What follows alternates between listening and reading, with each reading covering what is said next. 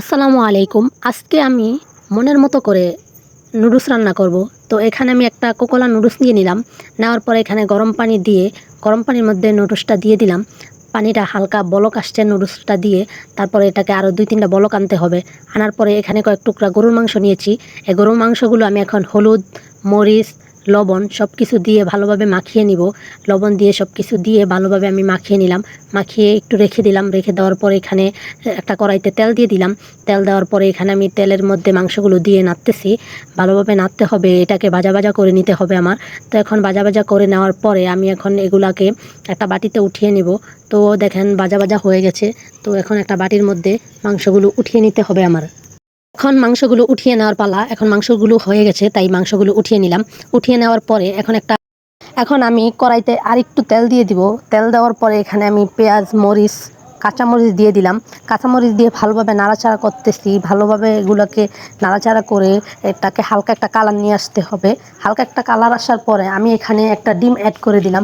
ডিম অ্যাড করে এটাকে ভালোভাবে ডিমগুলা ভেঙে দিলাম। ভেঙার পরে তারপরে অনেকক্ষণ আমি চামচ দিয়ে নাড়তেছি। নাড়ার পরে এখন আমি হালকা একটু পানি দিয়ে দিব।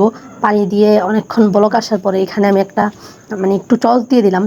সস দিয়ে তারপরে আবারও নাড়াচাড়া দিতেছি। নাড়াচাড়া দিয়ে এখন আমি যে মাংসগুলো রেখে দিয়েছিলাম ওই মাংসগুলো আমি দিয়ে দিব। মাংসগুলো দিয়ে তারপরে এটাকে আরও ভালোভাবে কষাতে হবে। আসলে কষিয়ালে অনেকক্ষণ এটাকে কষালে আমার একটা কালার চলে আসবে আর কি। তো কালারটা চলে আসলে আর কি একটু ভালো লাগবে নুডলসটা দেওয়ার পরে।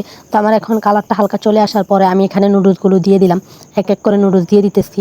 আসলে নুডলসগুলোর ভেঙে তারপরে দিয়ে দিতেছি। তো নুডলসগুলো এখন দিয়ে আমি নেড়ে ছেড়ে নিব। নেড়ে ছেড়ে দেখুন কত সুন্দর একটা কালার চলে আসলে। এখন কালার চলে আসার পরে আমি এখানে একটা ম্যাগি মশলা অ্যাড করে দিব। তো যারা ম্যাগি মশলা অ্যাড না করেন, একটা কোকোকোলা নুডলসের সাথে একটা ম্যাগি মশলা থাকে, তো ওই মশলাটা আপনারা অ্যাড করে দিতে পারেন। তাহলে আপনাদের নুডলস হয়ে গেল। এখন নুডলসটা রান্না করা শেষ। ভিডিওটা ভালো লাগলে অবশ্যই একটা লাইক, কমেন্ট, শেয়ার করে দিবেন। আসসালামু আলাইকুম।